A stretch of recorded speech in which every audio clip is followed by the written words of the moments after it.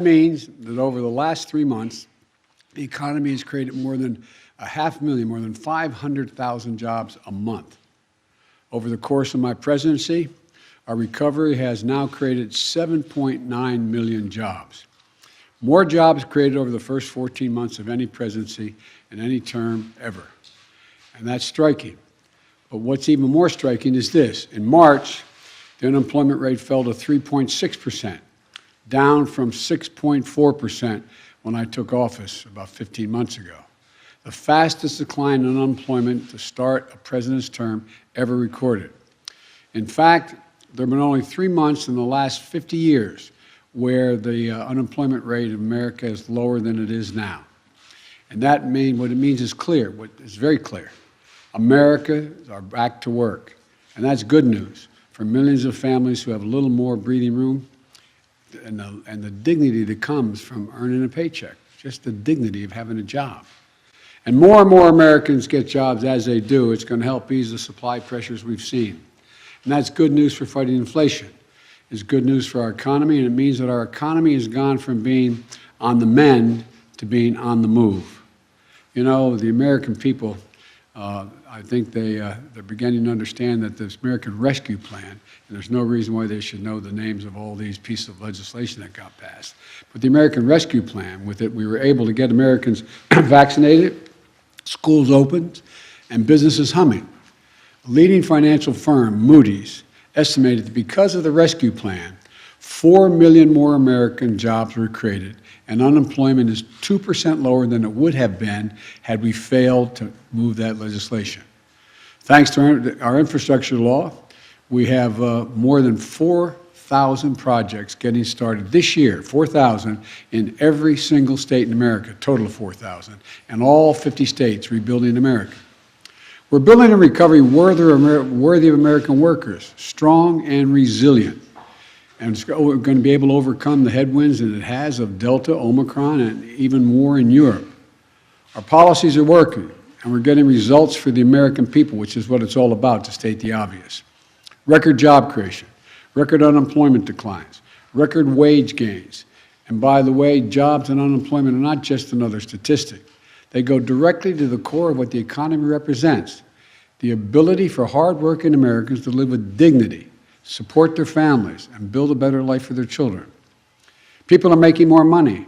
They're finding better jobs. And after decades of being mistreated and paid too little, more and more American workers have real power now to get better wages and to do what's best for themselves and their families. Some people see that as a problem. We've had this discussion in the past. I don't. I see it as long overdue. So when you hear these numbers, they're not statistics. It's a statement of the type of economy we're fighting for. An economy, as I've been saying from the beginning, built from the bottom up and the middle out, not from the top down.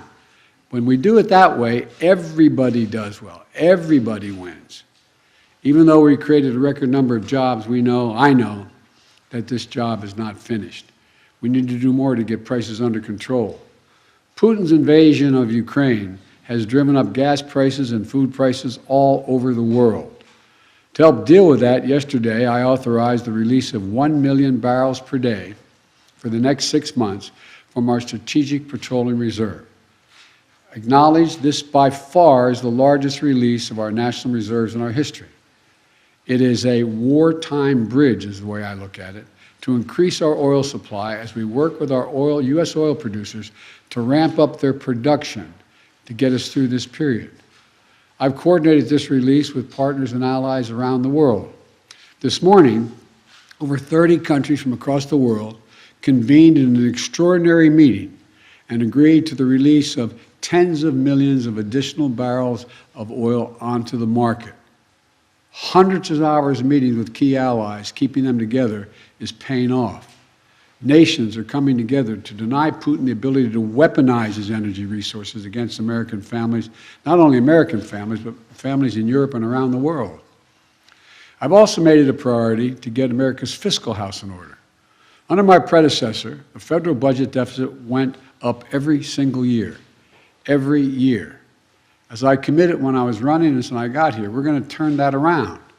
In fact, last year in 2021, we cut the federal deficit by more than $350 billion. And this year, in 2022, we're on track to cut the deficit by more than $1.3 trillion. $1.3 trillion. That would be the largest one-year reduction in a deficit in U.S. history. And it's particularly important now as we work to reduce pressures on inflation. That's what happens when you reduce the deficit. So here are the facts. It was the previous administrations whose reckless policies and mismanagement led to the record budget deficits.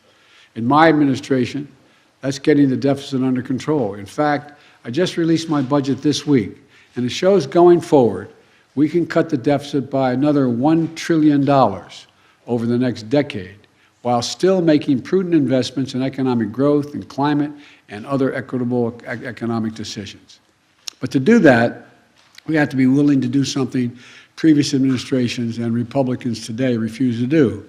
We need to make sure corporations and the super wealthy begin to pay their fair share. Here's one example. Right now, billionaires, and there's not a whole lot of them in the country, maybe I won't give a number because I don't know for sure, they average less than 1%. But my point is billionaires pay an average rate of only 8% on their total income. A family led by a firefighter and a teacher can pay double that income tax rate, double what a billionaire pays, double the 8%. So my budget has a billionaire minimum tax, a 20% minimum tax that applies only to the top 1/100th of 1% of American households. Billionaire minimum tax is fair. And here's the deal. It raises $360 billion that can be used to lower costs for families and cut the deficit. I would add, nobody making less than you're tired of hearing me say it, but no one making less than $400,000 a year will pay a single penny more in federal taxes. As I've said in the past, I'm a capitalist. I have no problem with people making as much money as they are capable of making. But I'm asking you one simple question. Just pay your fair share. Pay your fair share, that's all. That's it. Just your fair share. And no one can argue that 20% for a billionaire is unfair. Here's what this adds up to. We're going to continue to create jobs, bring down the cost for families, and rein in deficits left by my predecessor.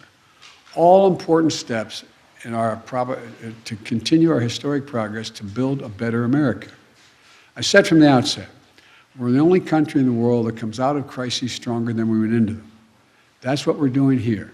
I want to thank you all for showing up today, and we'll have plenty of time to answer questions about other items other than the jobs report next week.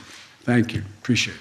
Sir, what about inflation? We're in inflation, outpacing wages, Mr. President. Will be facing criminal charges. Are the sanctions still working, sir?